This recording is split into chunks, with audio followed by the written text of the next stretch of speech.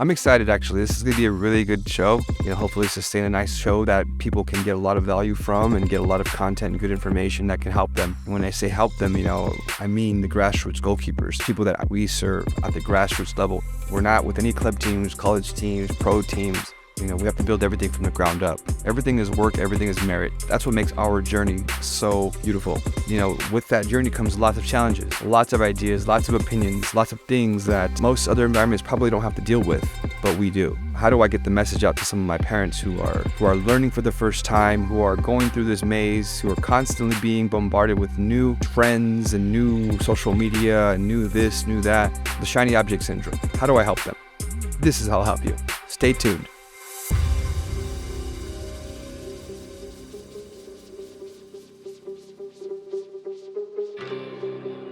How you doing? This is Coach Gabe.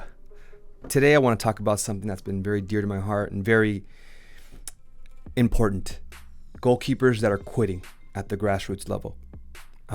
This is something that I see a lot because of the level that I'm at in terms of young students that are into the that are gaining ground and getting into the competitive environment. I've seen it at college levels. I've seen it at even professional levels in MLS, and it's something that happens when keepers quit on their terms because of something that's shifted inside of their mentality.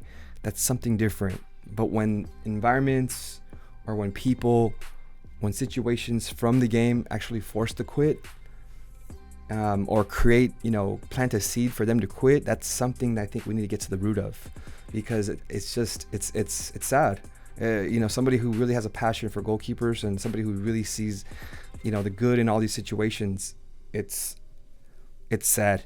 I want to make sure that we highlight a lot of situations where, goalkeepers, at least we could turn down the volume on certain moments or have an honest discussion and demonstrate symptoms today as to what is pushing a lot of goalkeepers to quit. I've talked to lots of keepers who are either on the edge or just definitely quit. About the situations that put them there. And there's a lot of similarities that I want to talk about today. This is going to be something that helps with your understanding of this, since nobody's having this open conversation. And if you are having an open conversation, why are they continuing to quit? I want to talk about more of this, bring shine light to this. And I want to make sure we are having an open discussion, talking about symptoms and certain remedies. If I can help one person with this video, whether it's a coach who just has no clue of the symptoms, or if I can help a keeper or a family, work on certain aspects of the mental health or the situations that they're seeing and try to give information to a coach that can give them more, then we've done our job. Just one keeper, we've done our job. But, if nobody's talking about this, there's no flips happening in our videos here. This is an open and raw and real authentic conversation about something very real that happens to kids at all levels and even adults at high levels as well. So I want to talk about this more in the grassroots level because this is something that's super important to me. So one of the symptoms that you'll see in a game is a lot of negative comments. Goalkeepers have a defensive posture, right? They are defenders of your team, right? In our culture, defender, protector, goalkeeper, that is the posture in which we stand for goalkeepers, right? So they defend their team. They want to do the best, make the best plays for their teams. But when it's a constant bombardment of negative words and negative emotions and negative gestures to the goalkeeper, and it's just constant, that'll definitely shift the psychology of wanting to defend you in a game as a teammate, right? If that is a culture just amongst the team, that needs to be checked. That needs to be something that is looked at, talked on. There's trust needs to be created. Here's a solution. Is there trust? Are you critiquing and also giving complimentary comments of value? That's how you develop that sort of trust. Are you celebrating moments as well at the same energy that you're creating negative critiques and negative comments? Is your negative critiques, are those things and negative comments, do they come with any value whatsoever? Because if it's not valuable and it's just negative and toxic and it's constant, how's anybody supposed to stay there in your environment? And how are you supposed to, as a goalkeeper, maintain that high level of security that you're trying to provide for your teammates? It's almost impossible to do that. I see it all the time There is a negative culture in terms of blame and critique and criticism, and it definitely can turn the psychology in small ways and in big ways in a very negative direction. So this is not the only thing that it is, but it is a big one. So try to understand the culture of your environment. If it's not only negative, but it's also positive, trust is huge, okay? I talked about this in the last symptom, but the lack of acknowledgement from coaches is big time. So if you're a coach out there and you're not giving, quality advice, sound advice, or you're not giving even any criticism or any valuable information in any way, that's a big red flag. We're not expecting you to be a master or somebody who's all well-knowing, but a good dose of encouragement in moments goes a very long way. Not only does your team hear you talk about these moments, but you're also highlighting a moment to your team as well when there is something happening. We celebrate the striker, and when they score goals, when they shoot the ball, it's very close, hits the post. Oh, good try, Well, when a keeper makes a save in a critical moment and the ball's still in play, and then they send it up the field, nobody's talking about that a lot, right? Nobody's having those moments. That's a moment right there, right? Like nobody's going, that was a fantastic save. Maybe there is sometimes, but I see a lot. I go to a lot of parks, I see a lot of games, and there's moments where there's a big save, there's a big moment, and it was that supposed to be routine? Not necessarily is not routine, right? Those moments that happen that really can shape the game and shift the game. So how are we highlighting those moments, right? I know we have something to do and continue to manage the whole game, but having those small moments and acknowledgement is really huge. Also, too, acknowledging when a good play, a good set position happens, even if a goal goes through, right? If somebody did everything they could and a goal still goes through, is that really a bad situation? I'd say it's different when somebody didn't do something correctly, reacted incorrectly, wasn't in the correct positioning. That's different than when they were doing everything they could, ball still goes through, and you're still acknowledging, hey, you did everything you could, because there's an acknowledgement of trying your best, doing everything you could. A lot of keepers get lost in situations where they're doing everything they can, and it still isn't good enough. And that's part of our reality as goalkeepers, but we have to understand that reality should be shifted because we are making everything happen to the best of the ability of the keeper that is at the grassroots level. This is huge. It's big. I mean, if you can acknowledge them in moments, then everybody else can acknowledge them in moments and acknowledge, a fair play or a good play. If you're only acknowledging criticism, if you're only acknowledging negative moments, that's only going to shift the goalkeeper psychology and also in a negative way. Let's try to acknowledge things in a positive way, even when goals go against. Another symptom of keepers that want to quit is their abundance in feeling the pressures to perform. When somebody's trying to figure out the goalkeeping role, it's going to be a tough first year. It's going to be especially when you're beginning, and even if you're an intermediate goalkeeper or on a higher level team, it's going to be a transition. People don't tell you that, right? They see you in the game. They just expect for you to perform always at the level that they want you to. So, being able to, perform at this level creates the anxiety in some of these keepers, right? And, some of them aren't built mentally ready for that yet because they haven't gone through the trials. There's a saying out there, tough seas create skilled sailors, right? So goalkeepers have to understand that if it's your first season in a highly competitive environment, you will transition. You will see things you haven't seen. The pace of the game shifts. You have to have a supportive coach in those moments to help you, to keep you up and to lift your head. And parents who are understanding that, maybe your development isn't happening as quickly.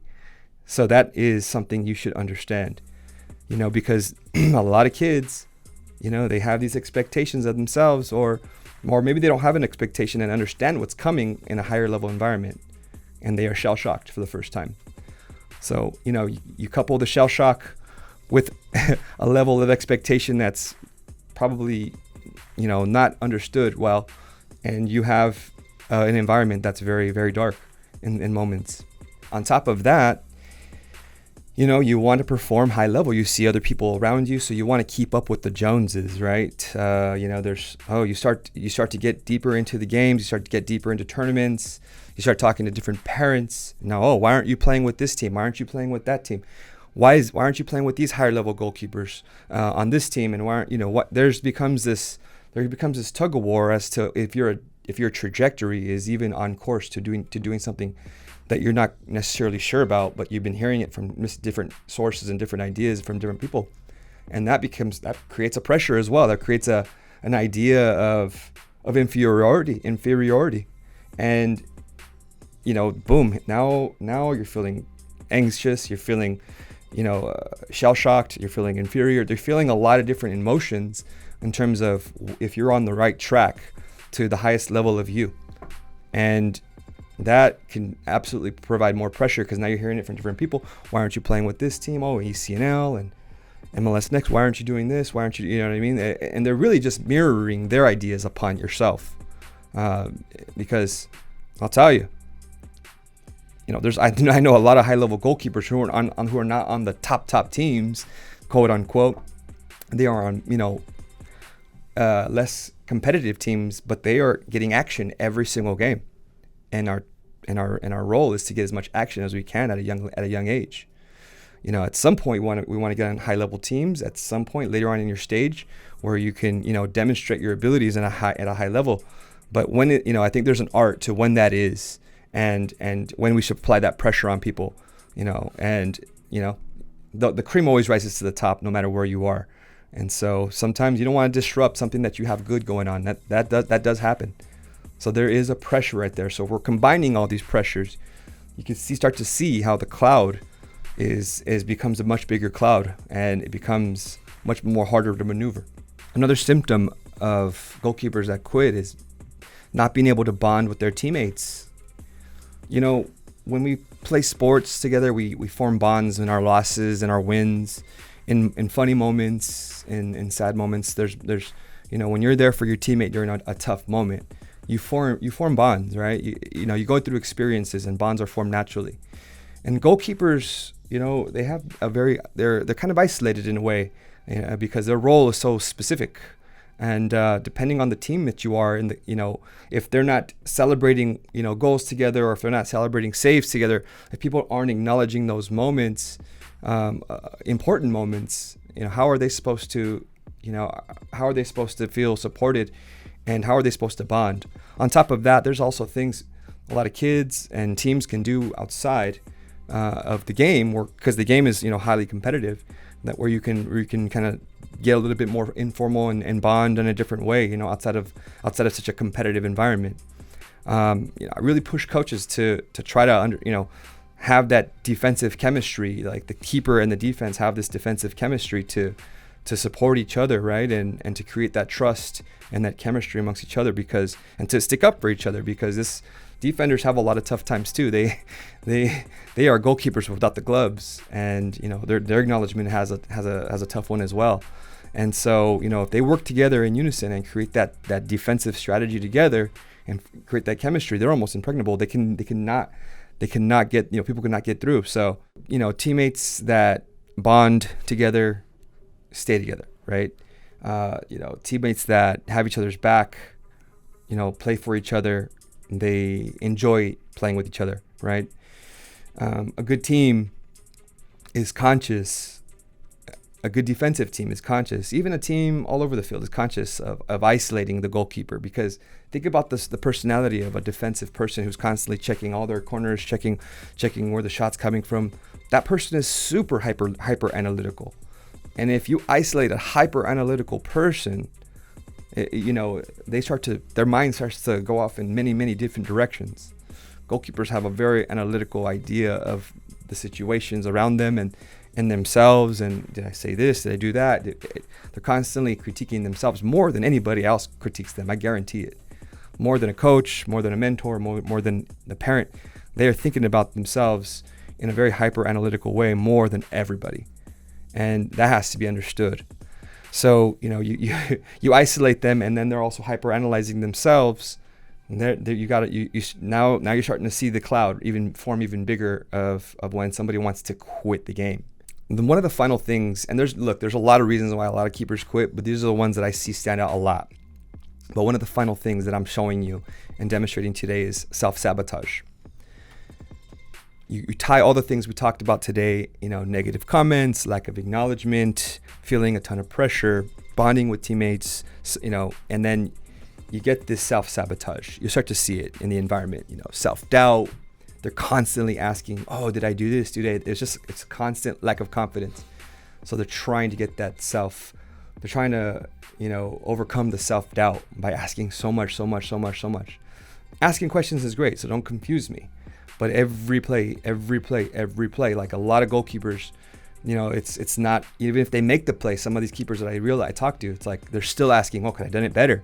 It's like, hey man, you made the play. You did well. You saved the game. Could you have done it better? I mean, you did what you did, and the outcome is what it is.